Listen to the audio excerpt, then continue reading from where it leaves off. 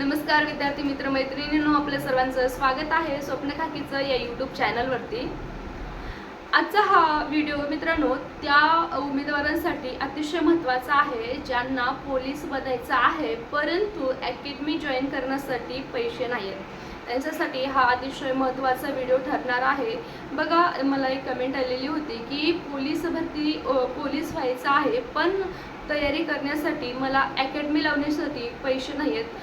तर जर माझ्याकडे अकॅडमीला पैसे नसतील किंवा मी अकॅडमी जॉईन करू शकत नाही तर मग मी पोलीस होऊ शकते की नाही। एक महिलेचा हा कमेंट होता की मला भरतीमध्ये सक्सेस येईल का अकॅडमी नाही जॉईन केली तर बघा, एक गोष्ट लक्षात ठेवा, भरती काय आहे, भरती कशी आहे, पोलीस भरती हे सर्वप्रथम जर तुम्ही जाणून घेतलात म्हणजे तुम्हाला पोलीस बनायचं आहे पण ते पोलीस भरतीमध्ये काय ग्राउंड कसं आहे, तुम्हाला लेखी काय नेमकं पोलीस भरतीमध्ये काय विचारलं जातं, पोलीस भरती नेमकी कशा पद्धतीने घेतली जाते, त्यासाठी आपल्याला तयारी कशी करायचं हे जर मार्गदर्शन भेटलं तर मित्रांनो मैत्रिणींनो तुम्हाला अकॅडमीच लावा असं काहीच गरज नाही। स्वतःसुद्धा तुम्ही करू शकता आणि मी स्वतः सेल्फ प्रॅक्टिस करूनच पोलीस झालेली आहे।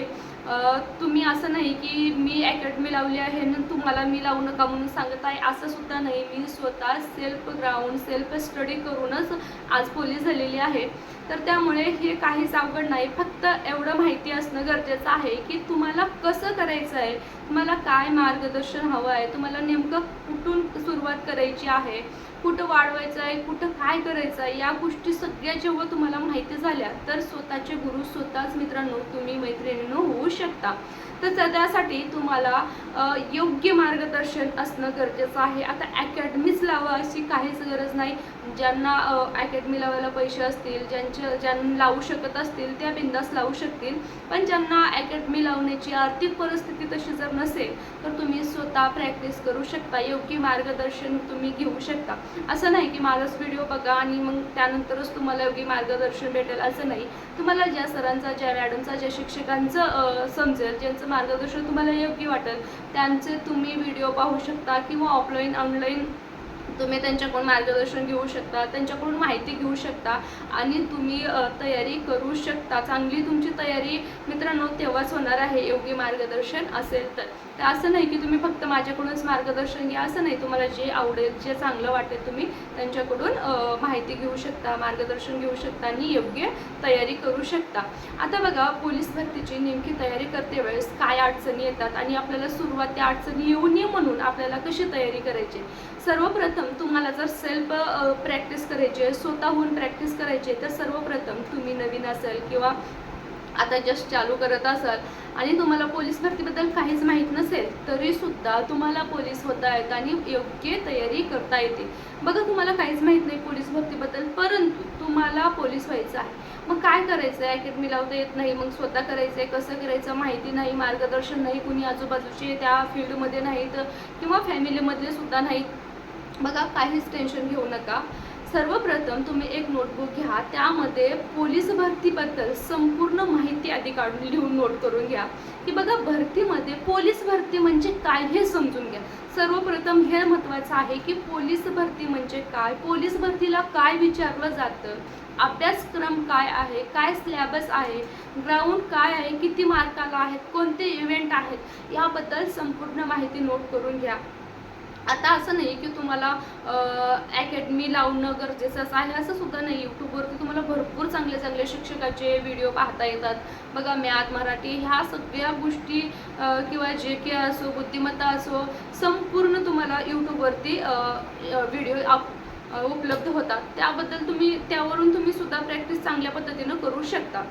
बघा, तुम्हाला एखादा विषय येत नसेल किंवा तुम्ही मराठीमध्ये प्रयोगचा अभ्यास करत असाल ते तुम्हाला जमत नसेल तर तुम्ही डायरेक्ट त्या यूट्यूबवर सर्च करा, प्रयोगाबद्दल भरपूर व्हिडिओ होतात। ज्या शिक्षकांचं तुम्हाला आवडलं 5-10 व्हिडिओ बघा, 4 बघा, तुम्हाला जे आवडलं त्याच्यामधले एकाचा तुम्ही फॉलो करू शकता। ते तुम्ही बघा, मी नाव कुणाचं सांगू शकत नाही की तुम्हाला जे योग्य आवडेल त्या पद्धतीनं तुम्ही करू शकता।